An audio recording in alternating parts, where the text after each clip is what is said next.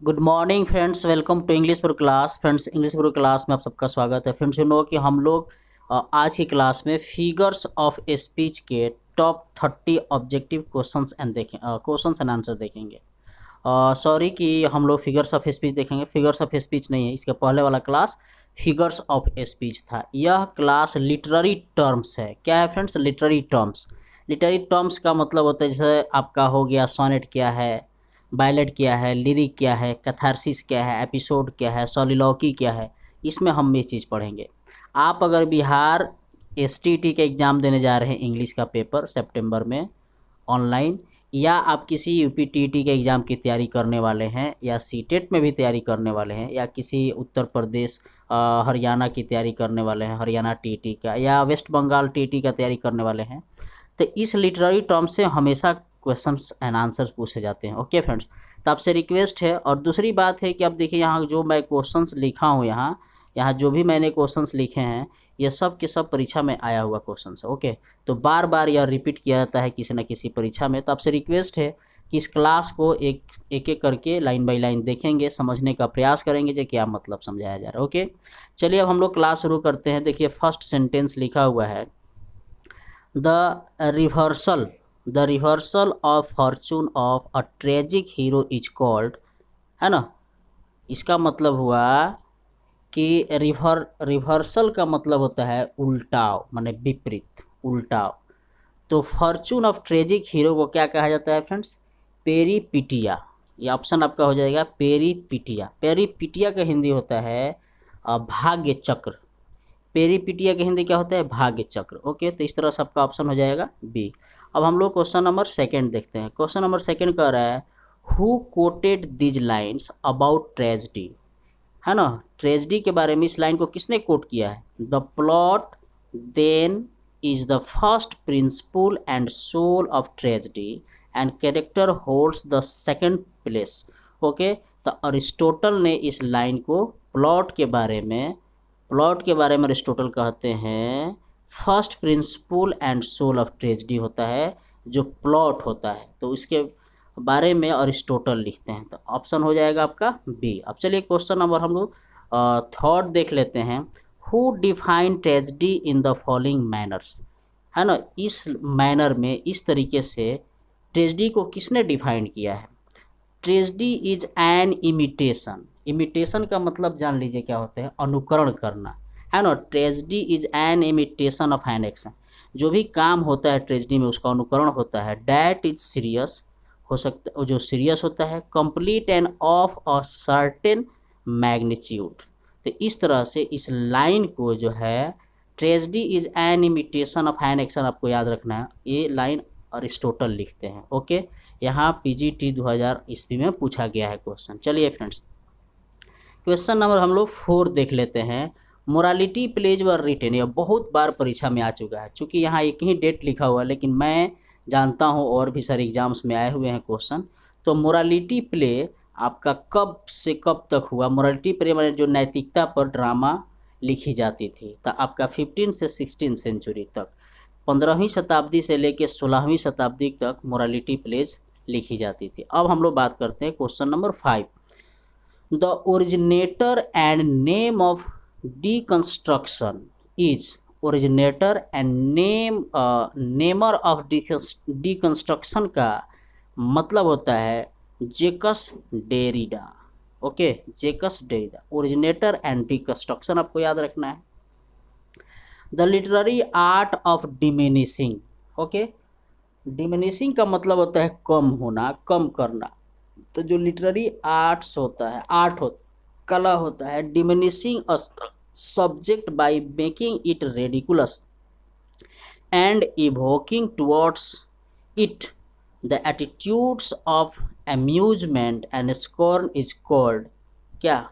Parody. क्या होता है फ्रेंड्स? पैरोडी होता है। पैरोडी का मतलब होता है नकल करना। क्या होता है फ्रेंड्स? पैरोडी, नकल करना। अब देखिए एक बात आपको ध्यान देना है कि मैं चारों ऑप्शन इसलिए नहीं बता रहा हूँ सबके अलग अलग बारे में, क्योंकि उसका ऑप्शन नीचे लिखा हुआ है। ओके, सटायर क्या है, मेलोड्रामा क्या है, एलिगोरी क्या है, नीचे लिखा हुआ है। जो आंसर है डायरेक्ट मैं वो आंसर बता रहा हूँ, आगे मैं नीचे। अब कह रहा है what does the term certain raiser, curtain raiser लिखा है, curtain raiser indicates in drama. Curtain raiser का मतलब क्या होता है? तो कर्टेन रेजर का मतलब हो जाता है ए short play before the main play. जो मेन प्ले होता है उसके पहले एक छोटा सा प्ले करना, ड्रामा करना, उसको हम बोलते हैं कर्टेन रेजर। ओके, अब हम लोग क्वेश्चन नंबर 8 देखेंगे। क्वेश्चन नंबर 8 कर रहे हैं what is the meaning of expression avant garde. Avant garde का मतलब क्या होता है? तो new writing that is innovative. Innovative का मतलब होता है, मतलब ऐसा राइटिंग होना चाहिए जो हमेशा नया खोज जिसमें झलके, तो उसी को बोलते हैं एवांट ग्रेड। एवांट ग्रेड का मतलब होता है new writing that is innovative, जो नई खोज पर राइटिंग की गई हो। तो ऑप्शन आपका डी हो जाएगा। देखिए एक एक वर्ड को आपको समझना है और ध्यान देना है, उसका मीनिंग क्या होता है ये आपको ध्यान देना है।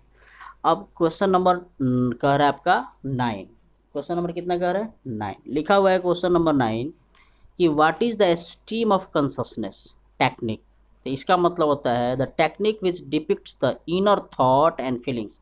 स्ट्रीम ऑफ कॉन्शसनेस का मतलब होता है ऐसा टेक्निक जो चरित्र चित्रण करता है हमारे अंदर की सोच को और फीलिंग को, उसी को हम स्ट्रीम ऑफ कॉन्शसनेस कहते हैं। ओके, तो ऑप्शन आपका क्या हो जाएगा फ्रेंड्स? ए हो जाएगा। आप समझ गए?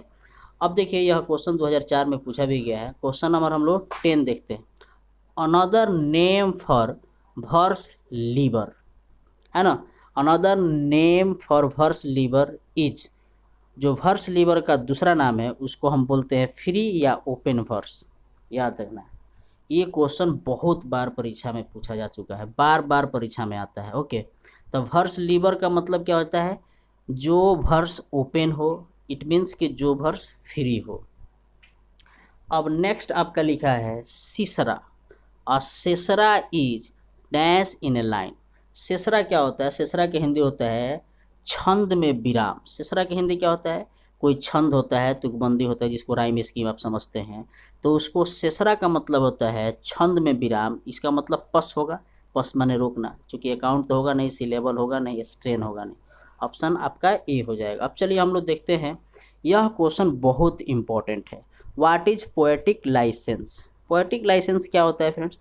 तो पोएटिक लाइसेंस का मतलब होता है liberties with language and facts in poetry. मतलब कि जो कुछ भी आप पोएट्री में फैक्ट्स लिखने चल रहे हैं, जो लैंग्वेज में लिखना चाहते हैं, वो आपको पूरी तरह से आज़ादी होना चाहिए, उसी को पोएटिक लाइसेंस बोलते हैं।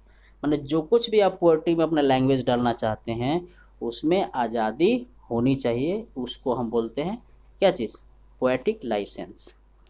अब चलिए क्वेश्चन नंबर 30 लिखा है the unbroken flow of thought and awareness in the walking mind is called.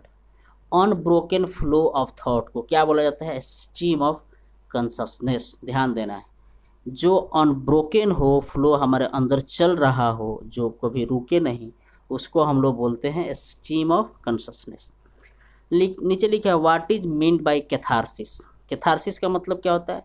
Purgation of emotions of pity and fear. Okay friends, अब परगेशंस का मतलब क्या होता है? शुद्धिकरण। और कैथारसिस का मतलब क्या होता है? भाव विवेचना करना, भाव विवेचना करना, कैथारसिस। और शुद्धिकरण, इसका मतलब हुआ कि कैथारसिस का मतलब हो जाएगा emotions of PT and fear. PT और डर, माने पीटी और फियर के इमोशंस को शुद्धिकरण करने की विधि को कैथारसिस कहा जाता है। ओके फ्रेंड्स, तो ऑप्शन आपका डी हो जाएगा। अब देखिए क्वेश्चन नंबर कितना लिखा हुआ है? क्वेश्चन आपका लिखा हुआ है 15। The term dystopia implies. तो डिस्टोपिया इम्प्लाइज, तो इसमें ऑप्शन जो है नहीं लिखा हुआ है, डी में ऑप्शन हो जाएगा। डिस्टोपिया का मतलब होता है अनप्लीजेंट इमेजिनरी वर्ड, मतलब ऐसा काल्पनिक शब्द हो जो पसंद नहीं हो, मतलब अनप्लीजेंट हो, काल्पनिक नापसंद होने वाले शब्द, उसी को हम बोलते हैं डिस्टोपिया। देखिए आगे कहीं लिखे होंगे तो मैं बता देता हूँ आपको। देखिए यहाँ लिखा भी है अनप्लीजेंट इमेजिनरी वर्ड, मैंने आपको बताया था ना, अभी ऑप्शन में बताया था। अब चलिए what is the theme of proletarian novel.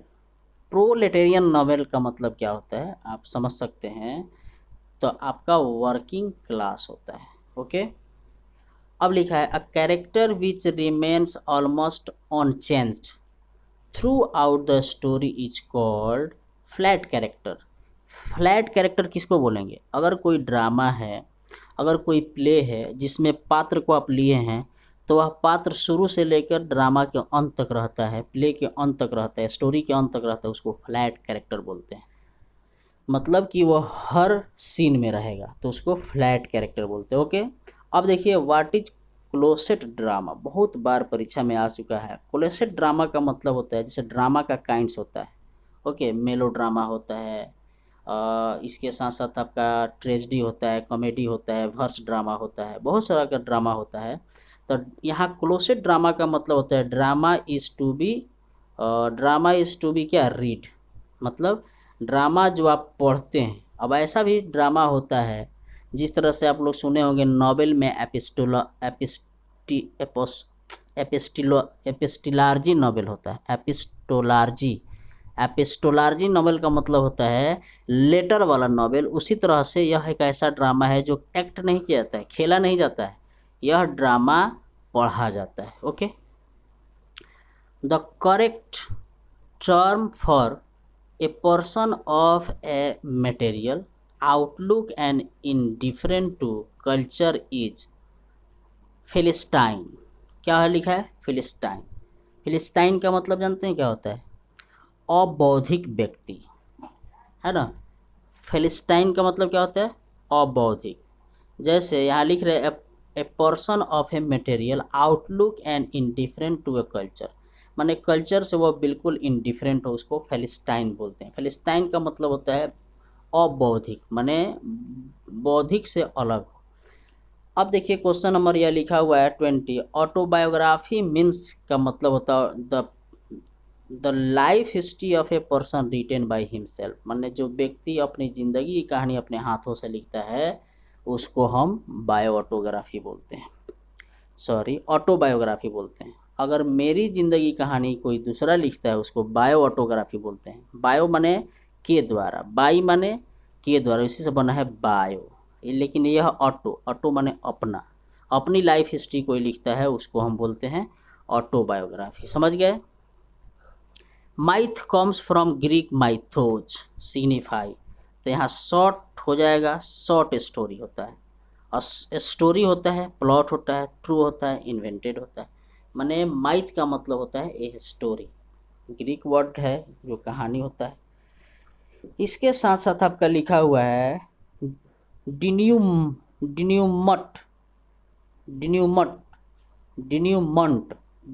लिखा है, निंदा करना। डिन्यूमंट इज रिलेटेड टू, अब डिन्यूमंट किससे रिलेटेड है? प्ले से रिलेटेड है, क्योंकि डिन्यूमंट जो है प्ले है, ऐसे नहीं है, लिरिक नहीं है, एलिजी नहीं है। अब यहाँ देखिए लिखा हुआ है एक लॉग का मतलब होता है, एक लॉग का मतलब होता है ग्रामीण गीत, जो गांव में गरेड़िए होते हैं, जैसे पास्टोरल, ऑप्शन हो जाएगा पास्टोरल। पास्टोरल का मतलब गरेड़िए का मतलब होता है पास्चर से बना है, जैसे चारगाहा समझते हैं ना, तो चारगाहे में जो गरेड़िए गाय भैंस मवेशी को चराते हैं और गाना गाते रहते हैं, उसी को हम बोलते हैं पास्टोरल, माने पास्चर, चराने वाले, उसी को बोलते हैं हम इकलोग। इकलोग का मतलब होता है ग्रामीण गीत, गाय भैंस चराते हुए गाना गाना। समझ गए? यह बहुत बार परीक्षा में आ चुका है। अब हम लोग क्वेश्चन नंबर 24 देखते हैं। क्वेश्चन नंबर 24 कर रहा है, a sudden and ridiculous descent from the exalted to a commonplace and ordinary, especially when a writer is striving for the novel or a pathetic achieve the ludicrous, is best expressed by a term bathos। क्या होता है friends? बैथोज। बैथोज का मतलब होता है आपका अभावकर्ष। बैथोज का मतलब होता है अभावकर्ष। क्वेश्चन नंबर 25 देखते हैं। अभी मैंने बोला ना कैथारसिस का मतलब related to a tragedy, tragedy से रिलेटेड होता है। कोरस क्या होता है? तो कोरस का मतलब होता है is a group of singers in drama. जो ड्रामा शुरू होता है और ड्रामा शुरू होने से पहले या ड्रामा में जो भी एक लाइन में खड़ा होकर सिंगर्स गाना गाना शुरू करते हैं उसको कोरस बोलते हैं। क्या बोलते हैं फ्रेंड्स? कोरस। अब देखिए कॉमिक रिलीफ इम्प्लाइज, तो कॉमिक रिलीफ इम्प्लाइज का मतलब हो जाएगा a short humorous episode interrupting a tragedy. इसका मतलब हुआ ना कॉमिक रिलीफ रिलीफ इम्प्लाइज मतलब कोई ट्रेजेडी है उसमें कोई छोटा सा थोड़ा सा कॉमिक बात आ जाती है, हंसने हंसाने वाली बात आ जाती है, उसी को बोलते हैं comic relief implies. A short humorous episode interrupting a tragedy, है ना, ट्रेजेडी को इंटरप्ट करते हुए बीच में एक छोटी सी हंसने और मुस्कुराने वाली एक एपिसोड आ जाए। ओके, अब देखिए क्वेश्चन नंबर 29 कर रहा है बिट राइटर्स किसको बोलते हैं? तो सन 1950 के राइटर्स को बिट राइटर्स बोलते हैं। ओके, अब देखिए यह क्वेश्चन तो हर परीक्षा में आता है, व्हाट इज सॉलिलॉकी? तो सॉलिलॉकी क्या होता है? कोई भी अगर ड्रामा में या प्ले में एक्टर जो होता है वह सीक्रेट थॉट को जोर जोर से बोलता है, माने वह जिसको आप कह लीजिए कराहता है ना, अपने बात को अपने आवाज़ को ऑडियंस के सामने सुनाता है जोर जोर से, अपने दिल के बात को अपने दुख को, है ना, तो उसको हम बोलते हैं सॉलिलॉकी, जोर जोर से कहता है। अब देखिए persona tone and voice reflect in recent criticism, तो आपका हो जाएगा option a the tendency to highlight characterisation. Okay friends, तो बताइए आज हम लोग क्वेश्चन नंबर 30 तक देखें, इसके बाद 30 से लेकर हम लोग 60 तक देखेंगे। टोटल इसमें आपका 90 के आसपास मैं क्वेश्चंस एंड आंसर्स बताने वाले हूँ। ठीक है फ्रेंड्स, 90 के आसपास। तो बताइए आज का क्लास कैसा लगा। Thank you for watching this class. जय हिंद, जय भारत। आपसे रिक्वेस्ट है अभी तक सब्सक्राइब नहीं किए तो प्लीज़ कर लीजिए ताकि हर रोज़ आपके यहाँ सबसे पहले नोटिफिकेशन पहुँचे। चलिए, थैंक यू।